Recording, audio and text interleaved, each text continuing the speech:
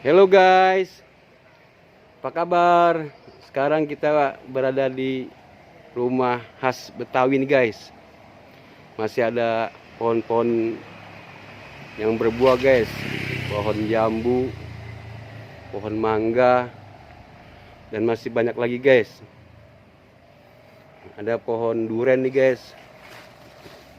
Pohon duren cangkokan, pohon asem guys. Ini guys, rumah Betawi ini guys. Khas Betawi banget guys.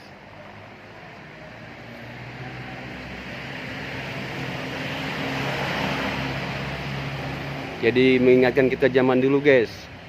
Betawi ini guys. Halo guys. Kita sedikit lagi yuk.